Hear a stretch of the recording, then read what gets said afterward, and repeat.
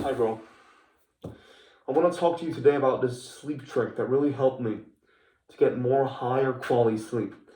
Now, what a lot of people think is that, you got to sleep a lot of hours, and that's correct. However, at the same time, if that if you sleep maybe 60% of your 10 hours sleep, that's a 6 hours sleep. Imagine you're putting in 10 hours of work but getting 6 hours.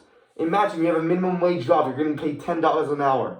You do 10 hours of work, but they pay you only 60 bucks. 40 bucks was stolen from you.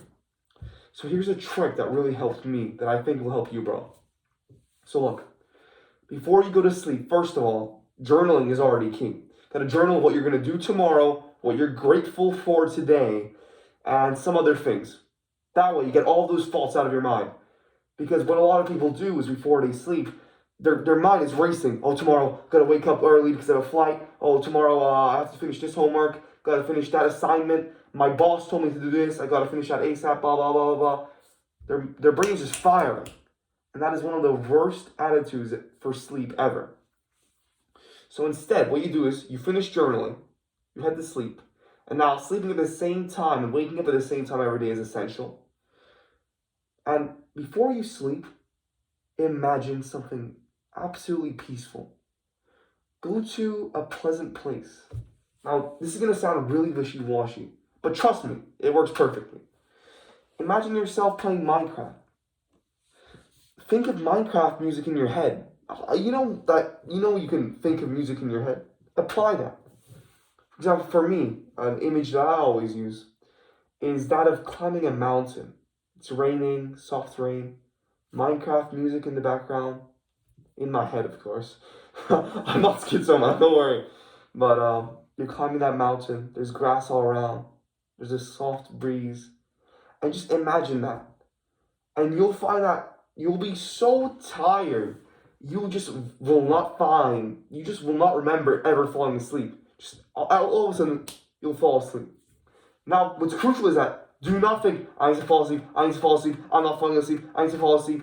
Don't. That's just going to drive you deeper and deeper down that spiral of hectic thoughts. Don't think of it like that. Just put 100% of your focus. It's like meditation. Put 100% of your focus on that image, on that visual. See that every day before you go to sleep. And I can't tell you how much this helps. Of course, there are many other things you have to do. And personally, I love Andrew Huberman's talks and podcasts about sleep. I think it's very beneficial. I suggest you check them out. I think that will really help you to understand more of the scientific other techniques you can use. So if I were to mention some, instantly, whenever you wake up, look at sunlight. That helps you raise up your cortisol. What I do for this is I look at sunlight by opening my blinds, wash my face, etc., etc., 10 push-ups. Although 10 push-ups is a small number for me, it's a commitment I can do very easily. The purpose of those 10 push-ups is not to get to overload, but to get myself pumped and ready for the day. Or again, as I said, sleeping every day at the same times and waking up at the same times. Or having your room at a cool temperature. This is absolutely essential. If you have a very hot room, you'll find that, for example, in summer, you won't be able to sleep. This is the reason.